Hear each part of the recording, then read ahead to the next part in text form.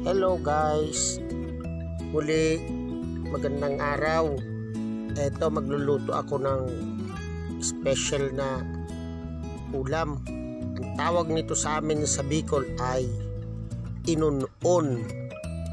Galunggong to guys, na isda, fresh na galunggong.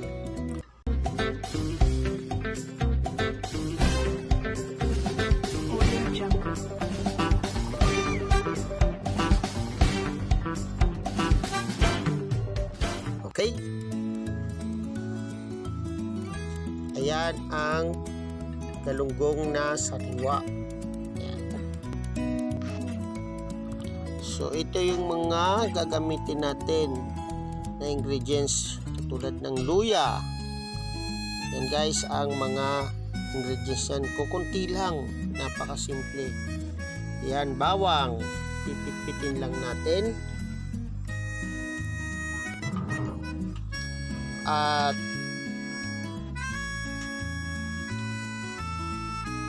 susunod natin yung sibuyas. Babalatan ko lang yung sibuyas.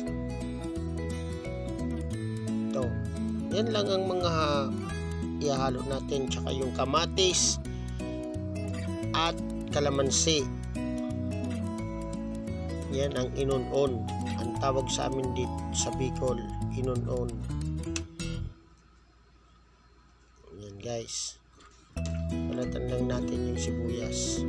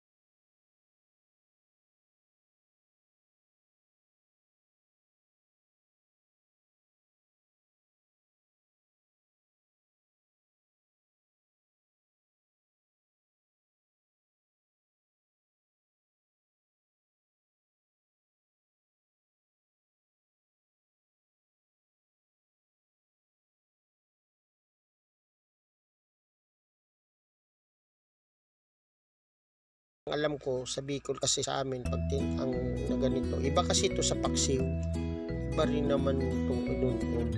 Ewan ko kung anong eksaktong tawag nito dito sa Tagalog. So yan, comment nyo guys, baka may alam kayo, comment nyo lang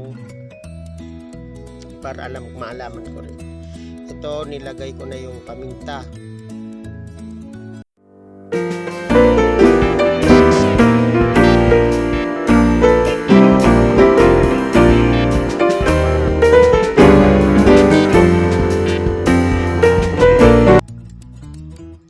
Ngayon, isasalang na natin siya. Pakukuluan lang natin siya na saglit lang to. Pakuluan lang natin siya ng mga 4 to 5 minutes. Okay na. Sige, takpan natin. Yan. Habang pinapakuluan natin yung isda, ihanda natin yung kalamansi. Ito yung pinaka magpabibigay paasim sa kanya. Ayan. Masustansya ang kalamansi, alam naman natin. Ito yung source of vitamin C. Yung kalamansi na yan. Kaya madalas din ako nito magluto para masanay rin yung mga anak kong kumain ng ganitong mga ulam ng probinsya. Ayan. Ayoko rin kasi masanay sila sa mga ibang pagkain, bibihira lang. Dapat may ganito rin alternative na alam tayong luto na ganito para sa kanila. Ayan. Okay. Ito na, kumulo na guys. Ngayon, bago ko to lalagyan ng kalamansi, may sikreto ako ditong nilalagay. Yung iba nilalagyan nila ng mantika. Okay yun, yung cooking oil. Pero ibang mantika ngayon nilalagay ko, guys. Meron kasi akong olive oil dito. Ayan. So ito ngayon ang ilalagay ko, olive oil.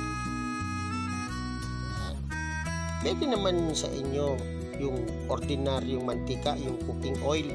Pwede yun. Ito lang sa akin ngayon, meron lang kasi akong ganito. Yun ang ilalagay ko.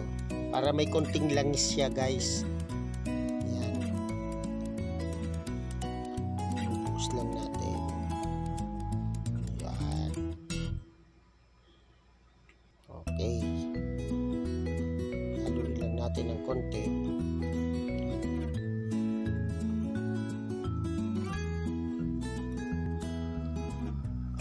Okay. Ngayon, ilalagay na natin yung kalamansi. Lalagyan ko muna siya ng konting sabaw para ma-incorporate na yung ng kalamansi. Ayan. Bago ko siya ibubuhos, lalagyan ko muna siya ng konting sabaw. Para pag binuhos natin, madali lang siyang maghalo. Ayan. Kuluan lang natin ng mga 1 to 2 minutes lang, more than 1 minutes lang. Ayan, okay na to, guys. So maraming salamat sa mga subscriber ko. Mahigit na akong 700. Salamat sa suporta nyo, guys, lalo na yung mga bago kong subscriber. At kung hindi ka pa nakapag-subscribe sa akin, kung bago ka pa lang sa akin ngayon, huwag niyong kalimutang mag-subscribe bago matapos tong video ko. Ayan. Pwede na natin tong hainin, guys. Masarap to sa mainit na kanin, yung bagong hain din na kanin. Ayan. Okay. Tara na. Kain tayo. Ito na, guys, ang inunon na galunggong. Sa Bicol, inunon. Okay. Maraming salamat sa inyong panonood. Huwag niyo pong kakalimutan ang mag-like, share, and subscribe, and turn on the notification bell para updated tayo sa mga susunod kong videos. Maraming salamat po. Bye!